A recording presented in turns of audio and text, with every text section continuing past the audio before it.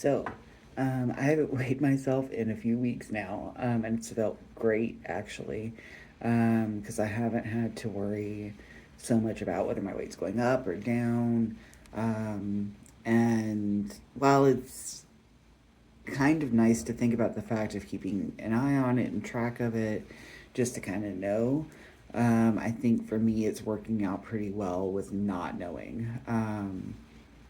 Because it just really gets me in out of that mindset of, am I gaining weight, am I losing weight, am I going to be bigger, smaller, what's going on.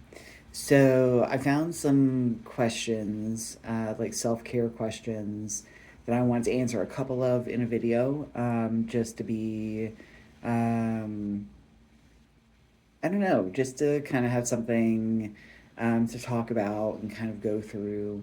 I figured that doing things like that might be helpful for the future, to kind of keep videos coming out and stuff like that. So, one of these questions is, um, what's something that makes me feel worse about my body? Like magazines, diet books, keeping a scale at home, stuff like that. So the major thing for me, what makes me feel worse about my body, is kind of unexpectedly seeing it. I think, in ways that I'm not in control of. So like, seeing a picture that someone else took or whatever, can sometimes trigger that for me. Although the last time someone took a picture of me and it got posted, or it got sent to me, I actually liked it and I actually cropped everyone else out and posted it to my social media, because I did like the way it looked. And it was a picture from the back, which is an angle that I usually don't see. So it just really gave me that opportunity to see myself from a new angle, to see myself as others see me, and to get that posted and get that information, kind of out there in a self love, body positivity way. Um, so aside from that, things that make me feel bad, I guess, would be, the magazines with the weight loss tips and stuff like that.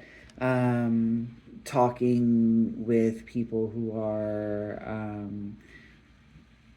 or reading things rather, because I don't really have many friends that talk about it, but reading things online about people who have lost weight and are now kind of negative towards their previous body, because their previous body might be what my body looks like now.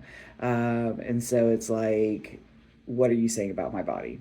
Um, let's see. What brings me. Oh, I wanted to talk about, because I've been watching, the Fat Joy podcast, lately on YouTube. And one of the questions that she asks is, what is your relationship with the word fat?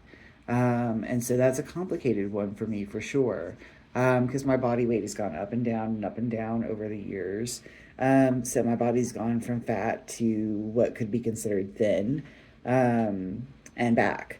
So wide variety, up to 100 pounds of weight from one extreme to the other. Um, so yeah, it's been an interesting journey for sure. I think for now, or right now, my body as it is a fat body. And so kind of owning that word, and not using it in a negative context, is powerful for me. Um, but I've noticed that, up until just recently, I'd been using that word in a really negative way. Like, oh, I'm so fat, or oh, I feel fat. As opposed to, I have fat on my body, so therefore I am a fat person.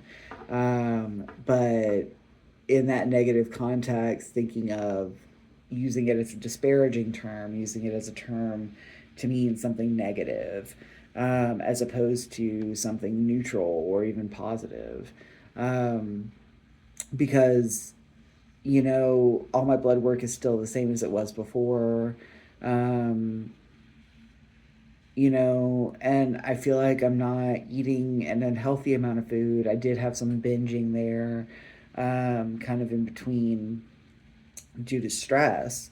But I think that the main difference for me is that I'm not like, um, well, I guess starving myself to stay at a smaller body weight.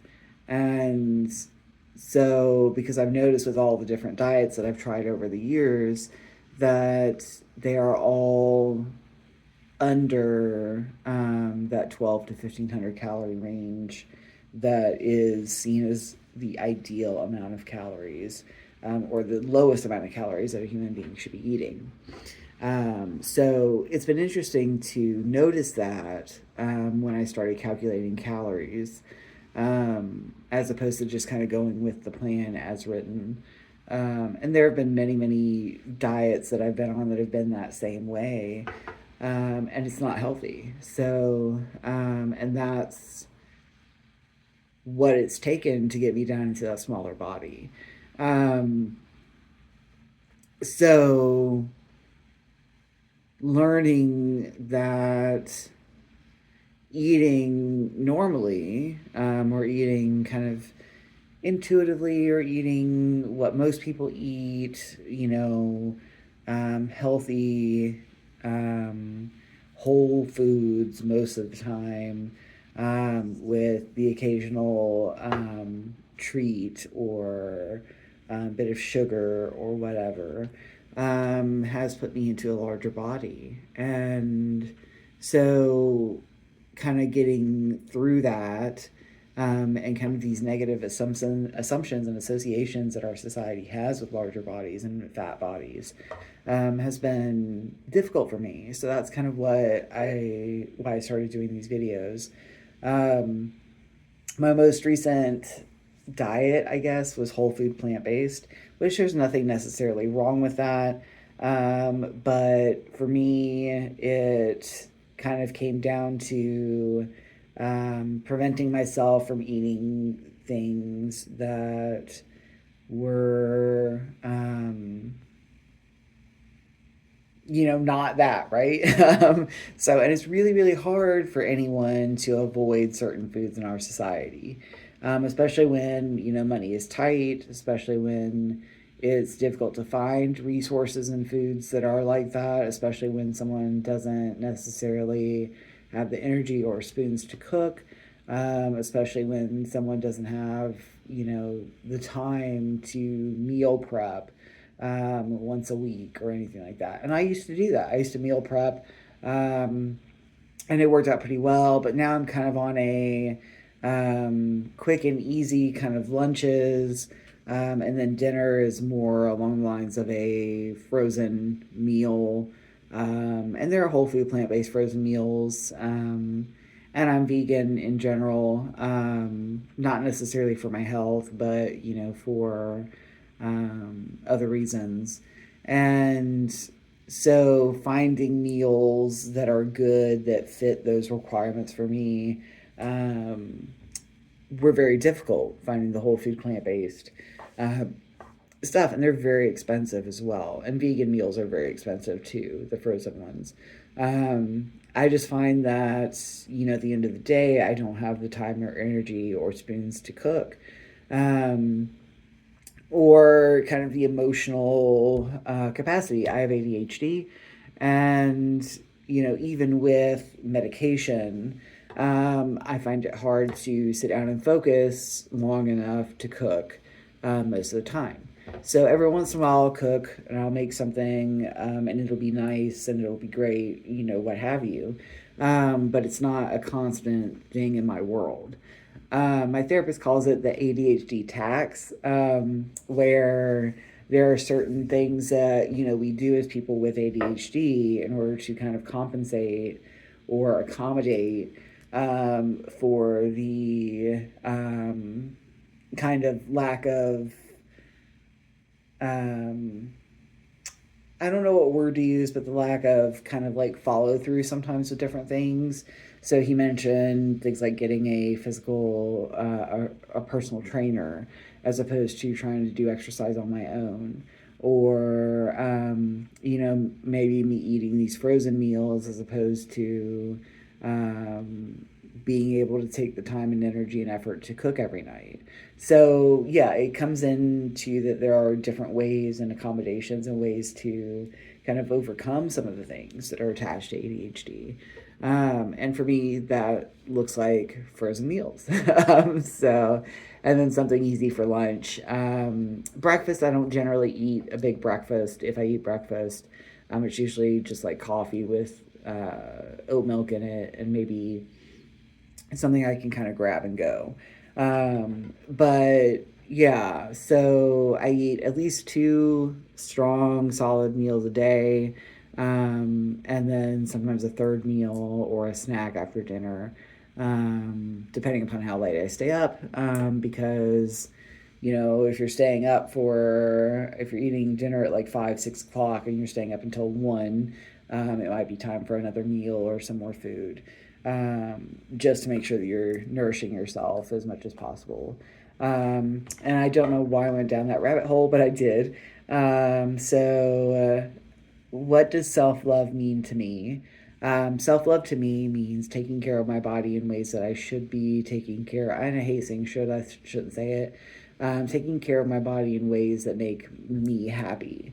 So one self-love thing that I do is use fancy soaps in the shower, from Lush generally. I use a scrub on my feet, to scrub off, you know, um, dirt and dead skin because I wear sandals all the time. At least as long as I'm able to, until winter comes. Because I live in North Carolina in the mountains, so winter does come, and it is too cold at certain points of the year for me to wear sandals.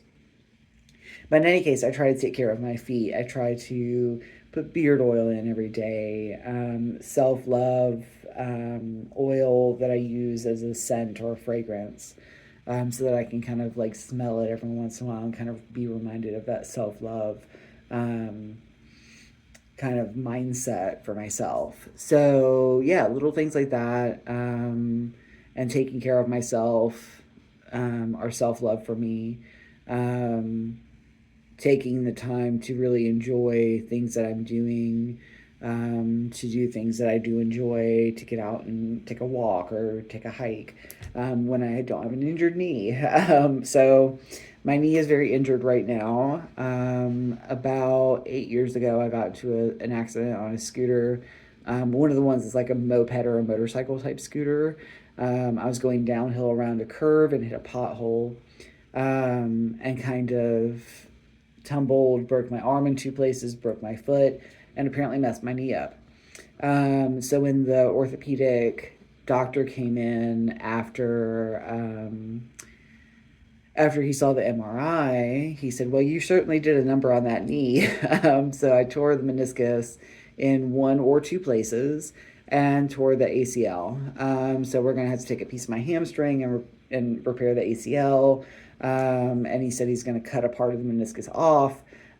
So yeah, it's really kind of messed up. But so I'm having to have surgery. Who knows when that's going to happen? I haven't gotten that scheduled yet. They were supposed to call me and set that up. But that's going to put me out for 4 to 6 more weeks after surgery as well. So yeah, and I haven't been able to hike in the past like 8 weeks because of it. But so it's kind of keeping me from doing things that I really want to do. I'm not able to walk as much as I want to. Walking more than a couple miles a day, ends up causing me, a lot of pain and swelling. Um, so yeah, I'm ready for it to get better, but that's going to require surgery. And I don't like surgery. I don't think there's anyone that does really. But that's kind of what I'm looking at in the next, month or so, hopefully, to get it taken care of, and get that, fixed as much as possible, so that I can kind of get back to my normal routines. So I guess, I could be coming up with alternate things to do, exercise wise, but I just haven't felt like it, I guess, because I've been in kind of that limbo state of not knowing, what I should be doing, what I shouldn't be doing, what makes sense, if I'm going to hurt myself or injure myself further. So I've been kind of slacking off in the exercise department. But that's something that I definitely want to get back into. And I have been walking as much as I can comfortably. So at least a couple miles a day and stuff like that. So I've been trying to keep up physically as much as possible as well. But I guess that's where I'll leave it today. And yeah, all right, bye.